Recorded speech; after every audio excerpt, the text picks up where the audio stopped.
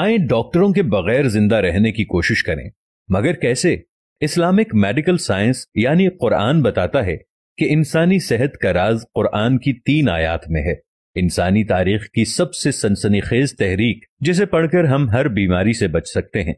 मिस्र के डॉक्टर अम्माद फहमी, जो कि एक माहिर ग़िज़ाइयत हैं और मोटापे के मुआलिज भी हैं, उन्होंने एक टीवी इंटरव्यू में यह बताया कि इंसानी सेहत का राज कुरान पाक की 3 आयात में पनाहा है। नंबर 1, कुलू वशरबू वला तुस्रिफू, सूरतुल आराफ आयत 31। तर्जुमा, खाओ पियो और हद से तजावुज न करो। इसकी तशरीह में डॉक्टर फाहमी कहते हैं कि अक्सर डॉक्टर निशास्ते और चिकनाई से मना फरमाते हैं, हालांकि ये दोनों इंसानी सेहत के लिए बुनियादी अहमियत की हामिल हैं। असल चीज जिससे मना किया जाना चाहिए वो हद से तजावुज है। नंबर 2, वजअलना मिनल माइ कुल्ल शै, सूरतुल अंबिया आयत 30। तर्जुमा, प्यास लगे या न लगे पानी जरूर पीजिए। तिब्बी मियार के मुताबिक हर शख्स अपने वजन के हर 1 किलो पर 20 मिलीग्राम पानी पिए। मसलन अगर किसी का वजन 70 किलो है तो वो 70 ज़रब 30 यानी 2100 मिलीग्राम यानी 2 लीटर और 100 ग्राम तकरीबन 8 गिलास पानी रोजाना पिए। ये जिगर, गुर्दों और दिल की अच्छी कारकर्दगी के लिए बहुत जरूरी है।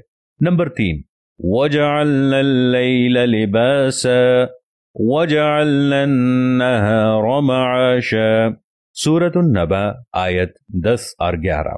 तर्जुमा, और रात को पर्दापोश और दिन को माश का वक्त बनाया। डॉक्टर फहमी कहते हैं कि रात को जल्दी सोया जाए और सुबह जल्दी उठा जाए। ये सबसे बेहतरीन नुस्खा है जो आपको ना मोटा करेगा और ना ही बीमार करेगा। इस्लामी तर्ज पर जिंदगी गुजारते हुए अपने जिस्म को बीमारियों से महफूज रखिए। खुदाबंदे करीम ने रात को सोने के लिए बनाया है, जबकि आज का नौजवान रात को 3-3, 4-4 बजे तक जागता है और जिस वक्त उठने का टाइम होता है आज का नौजवान सोने लग जाता है। सबसे बुरी तरतीब ही यही है। अल्लाह ने जो इंसान के जिस्म का एक सिस्टम बनाया है, इस सिस्टम में यह रखा है कि सुबह नाश्ते को भरपूर तरीके से करना चाहिए, दोपहर की रोटी नाश्ते से कदरे कम खानी चाहिए और रात की रोटी को बिल्कुल कम खाना चाहिए। आज अगर हम अपने लाइफस्टाइल को देखें तो हम सुबह को नाश्ता करते ही नहीं हैं, नाश्ते के टाइम पर सोते हैं और रात को पेट भर कर खाना खाते हैं। जब हम रात को सोते हैं तो ये सारा खाना हमारे पेट में जाकर अक्सर जहरीले मवाद पैदा करना शुरू कर देता है। हमने खुदावंदे करीम और कुरान पाक की हर उस बात को छोड़ दिया है जो हमारी सेहत के लिए बहुत अच्छी है। खुदावंदे करीम से ये दुआ है कि वो हमें इन तमाम बातों पर अमल करने की तौफीक अता फरमाए।